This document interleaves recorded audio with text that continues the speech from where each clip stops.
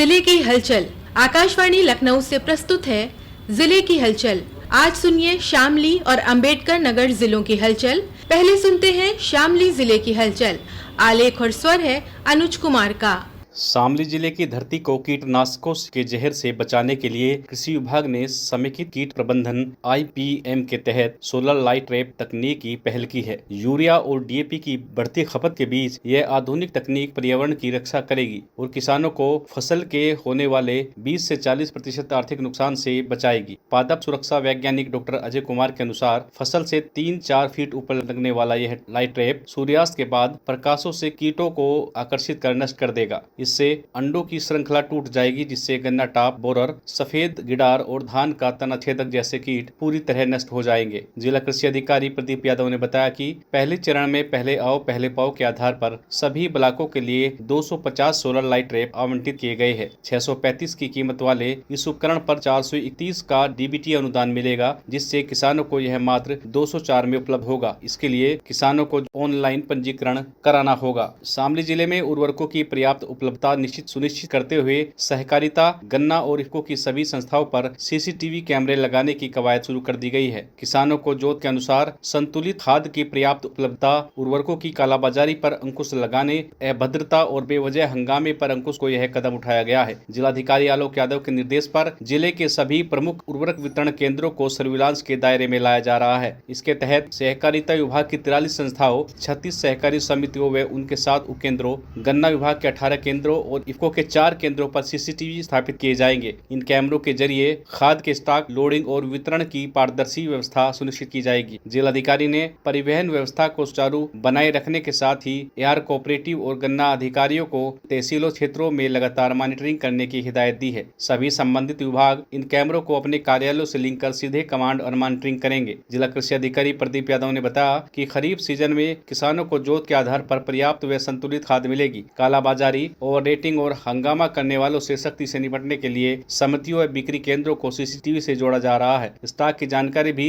SMS से मिलेगी। लापरवाही मिलने पर तत्काल कानूनी कार्रवाई की जाएगी। शामली में जिला अस्पताल में जल्द ही थायराइड, विटामिन D और अन्य जरूरी हार्मोन्स की जांच शुरू होने जा रही है। इसके लिए अस्पताल में अत्याधुनिक automatic immunoassay analyser, hormones analyser machine के संचालन का बजट जारी हो चुका है। CMS डॉक्टर मनोज कुमार अखोरी ने बताया कि मुख्यमंत्री के आदेशानुसार प्रत्येक CHC पर यह सुविधा उपलब्ध करानी है। योजना के तहत POCT के कर्मचारी सभी CHC से मरीजों के सैंपल एकत्र कर जिला अस्पताल पहुंचाएंगे, जहां जांच के बाद रिपोर्ट सीधे मरीजों के WhatsApp पर भेज दी जाएगी। एंड्रॉइड फोन न होने पर मरीजों को संबंधित CHC से ही हार्ड कॉपी मिलेगी। इस आधुनिक मशीन से thyroid profile, insulin, vitamin B12, प्रजनन व गर्भावस्था संबंधी हार्मोन्स और कई संक्रामक रोगों की सटीक व तेज जाँच संभव होगी। रिजेंट किट और स्टाफ की उपलब्धता के साथ 30 जुलाई तक मशीन के सुचारू संचालन की पूरी संभावना है। शामली जिले ने गन्ना उत्पादन के क्षेत्र में एक बार फिर नया कीर्तिमान स्थापित किया है।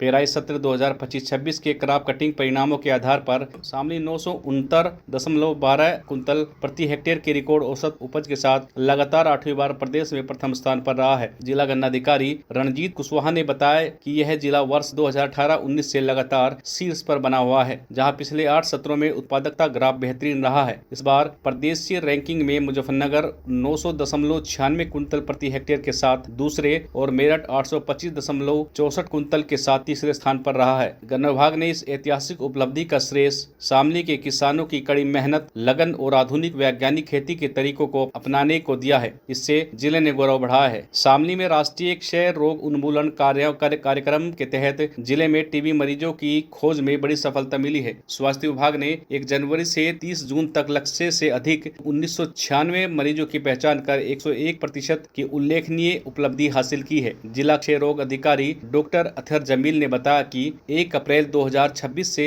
पोषण योजना के तहत मरीजों को 4 अवधि तक प्रति माह 1000 की आर्थिक सहायता सीधे आधार लिंक बैंक खातों में भेजी जाएगी। इसके तहत 100 मरीजों की सूची तैयार कर निक्षय पोर्टल पर अपलोड की जा रही है, जिन्हें पहली किस्त के रूप में 3000 दिए जाएंगे। शेष 6 माह का उपचार पूरा होने पर दूसरी किस्त मिलेगी। विभाग ने जिन मरीजों की बैंक KYC अधूरी है, उन्हें इसे जल्द पूरा कराने के निर्देश दिए हैं। साथ ही 2 सप्ताह से अधिक खांसी, बुखार या वजन घटने जैसे लक्षण दिखने पर तुरंत मुफ्त जांच कराने की अपील की है। शामली जिला प्रशासन ने स्वयं सहायता समूह की महिलाओं को आत्मनिर्भर बनाने के लिए पिंक ई रिक्शा योजना की अनूठी शुरुआत की है। इसके तहत प्रथम चरण में विभिन्न समूह की 25 महिलाओं का चयन किया गया है, जिन्हें ई रिक्शा चलाने के लिए 20 दिनों का विशेष प्रशिक्षण दिया जाएगा। करीब 1.5 लाख रुपए की लागत वाले इन गुलाबी रंग के ई रिक्शा पर समूह की पूरी जानकारी अंकित होगी। प्रशासन ने 25 ई रिक्शा का ऑर्डर दे दिया है और जल्द ही ये सड़कों पर दिखाई देंगे। हाल ही में कलेक्ट्रेट, जिला अस्पताल, सीएमओ कार्यालय, विकास भवन और पुलिस ऑफिस जैसे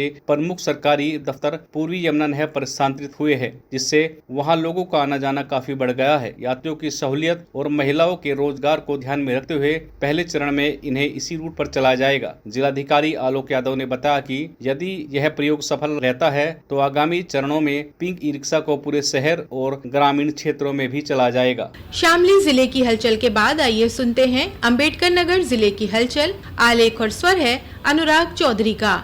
राज्य महिला आयोग के उपाध्यक्ष अपर्णा यादव ने अम्बेडकर नगर का दौरा किया। अपने भ्रमण कार्यक्रम के दौरान अपर्णा यादव ने मुख्यमंत्री शैक्षिक कैशलेस शिक्षा योजना का शुभारंभ किया। इस योजना से शिक्षकों को स्वास्थ्य सुरक्षा का मजबूत कवच मिलेगा। उपाध्यक्ष अपर्णा यादव ने स्कूल चलो अभियान के प्रचार वाहन को हरी झंडी दिखाकर रवाना किया। उपाध्यक्ष ने वन स्टॉप सेंटर एवं पोषण पुनर्वास केंद्र का भी निरीक्षण किया। पोषण पुनर्वास केंद्र में 10 बच्चे भर्ती पाए गए। उपाध्यक्ष ने स्वास्थ्य और पोषण संबंधी सुविधाओं की जानकारी भी ली। उपाध्यक्ष ने कहा कि एनआरसी से वापस लौटने के बाद भी बच्चों की नियमित देखभाल की जाए ताकि कुपोषण की पुनरावृत्ति न हो। सरकार द्वारा मुख्यमंत्री शैक्षिक कैशलेस शिक्षा योजना का शुभारंभ करने से शिक्षकों में काफी खुशी है। गंभीर बीमारियों का इलाज कराना शिक्षकों के लिए बड़ी चुनौती थी, लेकिन सरकार ने अब इसे आसान कर दिया है। इस योजना से शिक्षकों को बहुत फायदा होगा। शिक्षकों का मनोबल बढ़ा है।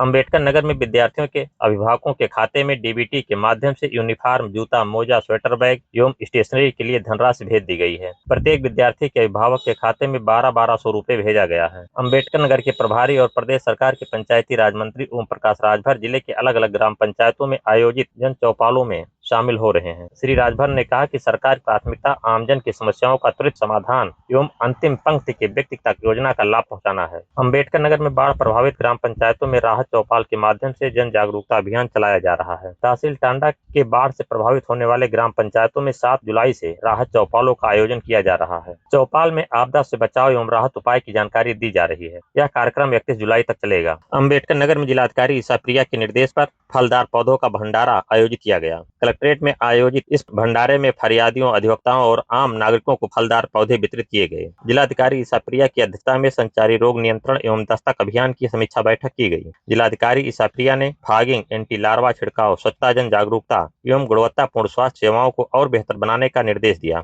अम्बेडकर नगर में समरस वन स्थापना के तहत लगभग 10 लाख पौधों का रोपण किया गया। कटेहरी विकासखंड के ग्राम पतौना में स्थित अम्बेडकर पार्क में समरस वन की स्थापना का मुख्य कार्यक्रम आयोजित हुआ, जिसका शुभारंभ प्रदेश सरकार के मंत्री ओम प्रकाश राजभर ने किया। अम्बेडकर नगर में सड़क सुरक्षा जागरूकता अभियान के तहत लोहिया भवन सभागार में 1 दिवसीय प्रशिक्षण शिविर का आयोजन किया गया। इस प्रशिक्षण शिविर में 184 सड़क सुरक्षा मित्रों को प्रशिक्षण दिया गया। स्थानीय निकायों में पिछड़े वर्ग के आरक्षण के संबंध में उत्तर प्रदेश राज्य स्थानीय ग्रामीण निकाय समर्पित पिछड़ा वर्ग आयोग की समीक्षा बैठक अम्बेडकर नगर में संपन्न हुई। आयोग के अध्यक्ष न्यायमूर्ति राम अवतार सिंह की अध्यक्षता में समीक्षा बैठक हुई। बैठक में आयोग के अध्यक्ष व जिलाधिकारी को आयोग के गठन के उद्देश्य एवं प्रणाली से अवगत कराया गया। उन्होंने बताया कि जनपद में अन्य पिछड़ा वर्ग की जनसंख्या एवं सामाजिक राजनीतिक प्रतिनिधित्व पिछड़ेपन प्रकृति कारण आदि की समीक्षा की गई। अम्बेडकर नगर में टेक्सटाइल क्षेत्र के विकास एवं बुनकरों की समस्या के निदान के संबंध में भारत सरकार के टेक्सटाइल निदेशक अश्विनी पांडे और डीएम ईसा प्रिया ने बुनकरों और उद्यमियों के साथ बैठक की। टेक्सटाइल निदेशक ने इकाइयों का निरीक्षण भी किया। जिलाधिकारी ने बुनकरों की समस्याओं से टेक्सटाइल निदेशक को अवगत कराया। अम्बेडकर नगर में इस समय खेती किसानी का काम तेजी से चल रहा है। धान की रोपाई का काम अपने आखिरी चरण में है। मानसून के आने और बरसात होने से किसानों के चेहरे पर खुशी है। ज्यादातर किसान इस समय खेतों में खाद की बुआई कर रहे हैं। जिले में खाद पर्याप्त मात्रा में उपलब्ध है। अम्बेडकर नगर में भूमि विवादों का त्वरित एवं गुणवत्तापूर्ण निस्तारण के लिए लोक महापंचायत कार्यक्रम का आयोजन किया गया। टांडा तहसील क्षेत्र में जिला पंचायत अध्यक्ष साधु वर्मा और एसडीएम पुष्पेंद्र पटेल की मौजूदगी में लोक महापंचायत का आयोजन किया गया, जिसमें 3 विवादों का निपटारा किया गया। ये था आकाशवाणी लखनऊ के क्षेत्रीय समाचार एकांश द्वारा प्रस्तुत जिले की हलचल का आज का अंक।